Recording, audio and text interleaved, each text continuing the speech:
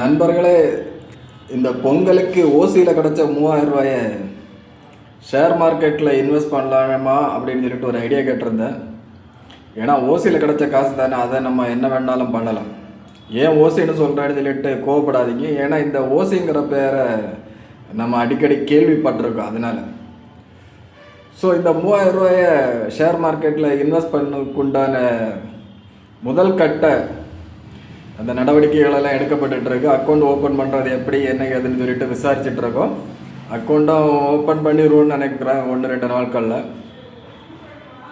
இந்த 3000 ரூபாயை எந்த கம்பெனியில் நம்ம இன்வெஸ்ட் பண்ணலாம்? ஷேர் மார்க்கெட்டில் இருக்க தெரிஞ்சவங்க இல்லை யூடியூப்பில் பார்க்குறவங்க இந்த கம்பெனியில் போட்டால் இந்த 3000 ரூபா குட்டி போட்டு வளரும் அப்படின்னு உங்களுக்கு ஏதாவது ஒரு ஐடியா இருந்துச்சுன்னா கமெண்டில் சொல்லுங்கள். ஆக மொத்தத்தில் இந்த ஓசியில் கிடச்ச 3000 ரூபா பொங்கல் பணத்தை ஒரு 3 வருஷம் இல்லாட்டா 5 வருஷத்துக்கு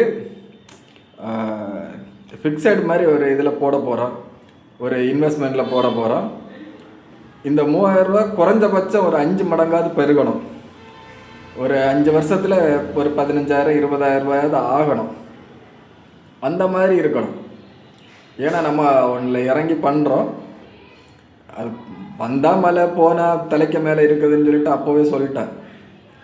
இருந்தாலும் அதை எதில் போடலாம், எந்த இதில் போட்டால் நமக்கு பயனுள்ளதாக இருக்கும், எதில் போட்டால் லாபம் வரும், அதை எப்படி நம்ம இதை குட்டி போட வைக்கிறது, இந்த 3000 ரூபாய் குட்டி போட வைக்கிறது.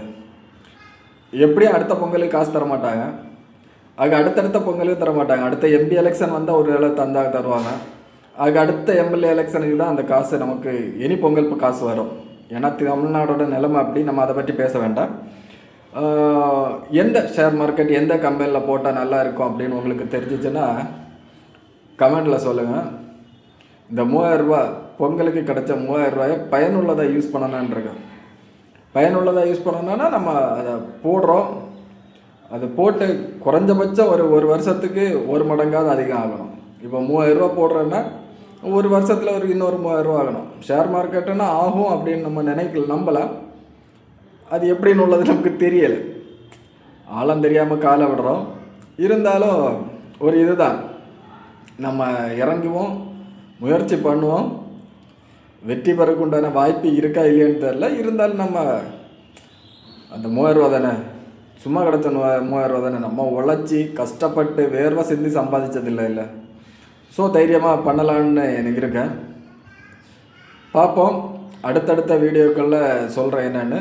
இன்றைக்கி ஒரு கம்பெனியை பிடிச்சி அக்கௌண்ட் ஓப்பன் பண்ணுற டீட்டெயில்ஸ் எல்லாம் என்னென்னு கேட்டிருக்கேன். முதல்ல ஷேர் மார்க்கெட்டில் நம்ம உள்ளே போகணுன்னா நமக்கு ஒரு அக்கௌண்ட் வேணும்.